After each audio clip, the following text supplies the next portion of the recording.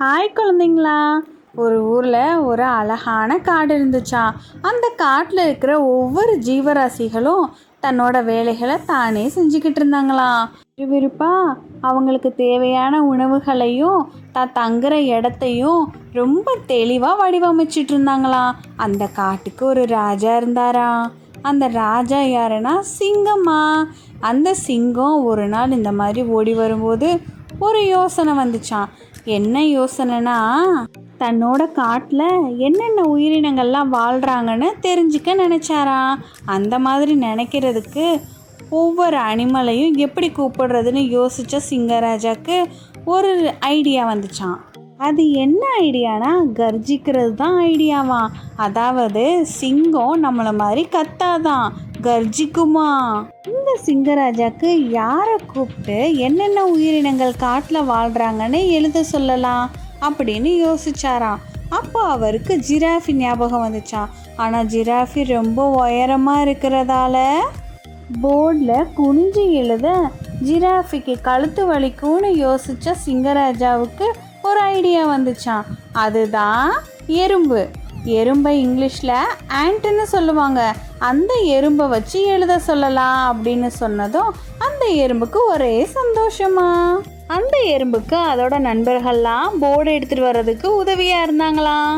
இந்த மாதிரி தன்னோட நண்பர்களை வச்சு போர்டு எடுத்துகிட்டு வர சொல்லி அந்த போர்டில் எழுதலான்னு இந்த எறும்பு முடிவு பண்ணிச்சான்.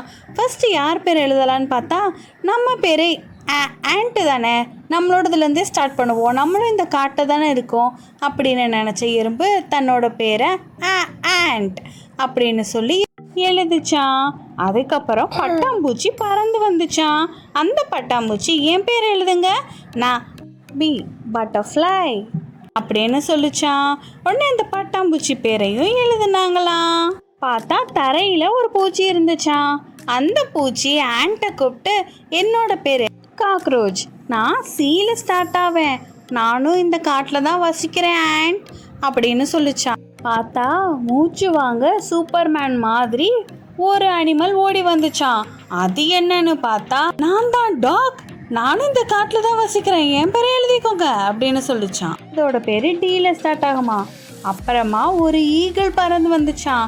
அதோட பேர் ஈல ஸ்டார்ட் ஆகுமா. நானும் இந்த காட்டை தான் வசிக்கிறேன் அப்படின்னு சொல்லிச்சான்.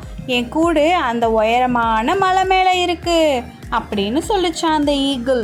தண்ணிக்குள்ளே இருந்து கூட்டமாக ஒரு சத்தம் கேட்டுச்சான், ஆண்ட் ஆண்ட் அப்படின்னு. யாரா கூப்பிடுறா அப்படின்னு அந்த எறும்பு எட்டி பார்த்துச்சான். பார்த்தா உள்ளே இருக்கிற ஃபிஷ் எல்லாம் சொல்லிச்சான், என் பேர் எழுதிக்கோ, என் பேர் எஃப்ல ஸ்டார்ட் ஆகும் அப்படின்னு சொல்லிச்சான். அப்புறம் அந்த ஆண்ட்டு ஃபிஷ்ஷோட பேரையும் எஃப் ஃபிஷ் அப்படின்னு போட்டு எழுதிக்கிச்சான்.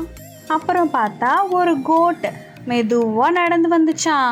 ஆண்ட் என் பேர் கோட், நான் ஜீல ஸ்டார்ட் ஆவேன், என் பேரையும் எழுதிக்கோ அப்படின்னு சொல்லிச்சான். அதுக்கு அந்த ஆண்ட்டு கேட்டுச்சான், நீங்கள் எல்லாரும் டொமஸ்டிக் அனிமல்ஸ் தானே, நீங்கள் காட்டிலையும் இருப்பீங்களா அப்படின்னு கேட்டுச்சான். உடனே அதுக்கு அந்த கோட்டு சொல்லிச்சான், நாங்கள் காட்டிலையும் வாழுவோம், நாங்கள் யாரையும் துன்புறுத்தாதனால எங்களை அதிகமாக வீட்டில் வளர்ப்பாங்க, நாங்களும் டொமஸ்டிக் அனிமல் தான் அப்படின்னு சொல்லிச்சான். சரி சரி, நான் உன் பேரையும் எழுதிக்கிறேன் அப்படின்னு அந்த ஆண்ட்டு சொல்லிச்சான். சொல்லிட்டு, எனக்கு ரொம்ப களைப்பாக இருக்குது, நான் கொஞ்ச நேரம் ஓய்வு எடுத்துட்டு மற்ற உயிரினங்கள்லாம் யார் இருக்காங்கன்னு நான் அப்புறமா எழுதிக்கிறேன். உங்களுக்கு இந்த வீடியோ பிடிக்கும்னு நினைக்கிறேன். மறக்காம அம்மா கிட்ட சொல்லி சயின்ஸ் வியூ சேனலை சப்ஸ்கிரைப் பண்ணிக்கோங்க. தேங்க்யூ.